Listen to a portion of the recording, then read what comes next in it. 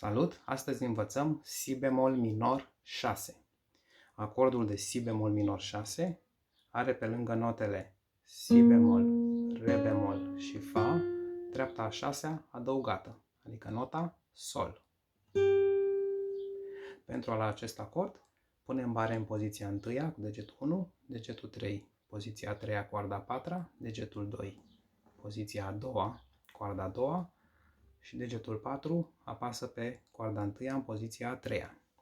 Încercăm să punem degetul 3 în așa fel încât să atingă coarda a 3 pe care să nu o ciupim.